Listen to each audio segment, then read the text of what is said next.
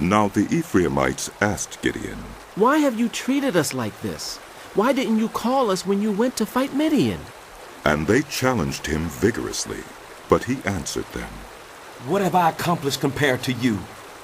Aren't the gleanings of Ephraim's grapes better than the full grape harvest of Abiezer? God gave Oreb and Zeeb, the Midianite leaders, into your hands. What was I able to do compared to you? At this, their resentment against him subsided. Gideon and his 300 men, exhausted yet keeping up the pursuit, came to the Jordan and crossed it. He said to the men of Succoth, Give my troops some bread.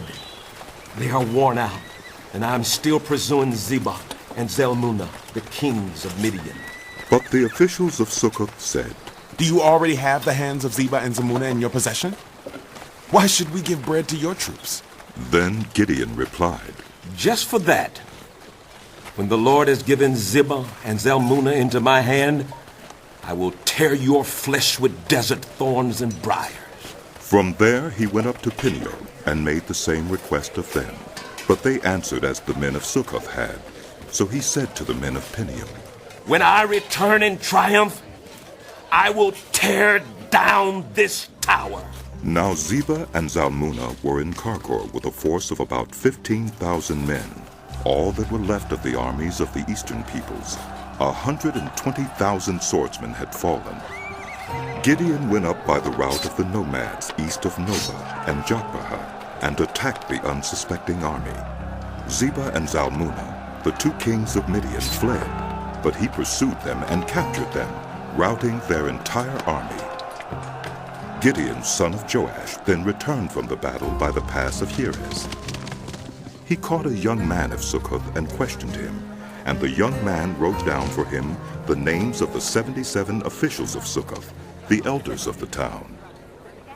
Then Gideon came and said to the men of Succoth, Here are Zebah and Zalmunna, about whom you taunted me by saying, Do you already have the hands of Zebah and Zalmunna in your possession?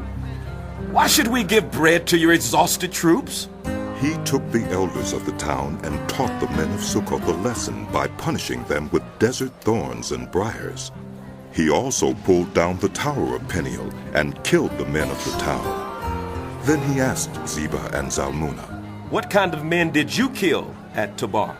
Men like you, They answered. each one with the bearing of a prince.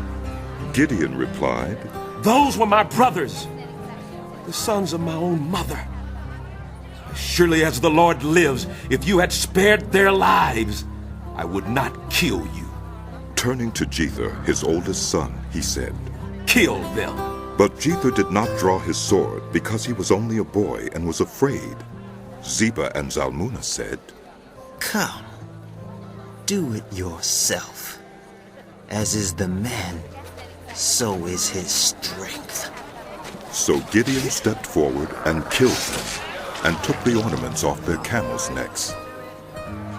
The Israelites said to Gideon, Rule over us, you, your son, and your grandson, because you have saved us from the hand of Midian. But Gideon told them, I will not rule over you, nor will my son rule over you. The Lord will rule over you. and he said, I do have one request, that each of you give me an earring from your share of the plunder. It was the custom of the Ishmaelites to wear gold earrings. They answered. We'll be glad to give them. So they spread out a garment, and each of them threw a ring from his plunder onto it. The weight of the gold rings he asked for came to 1,700 shekels, not counting the ornaments, the pendants, and the purple garments worn by the kings of Midian, or the chains that were on their camels' necks.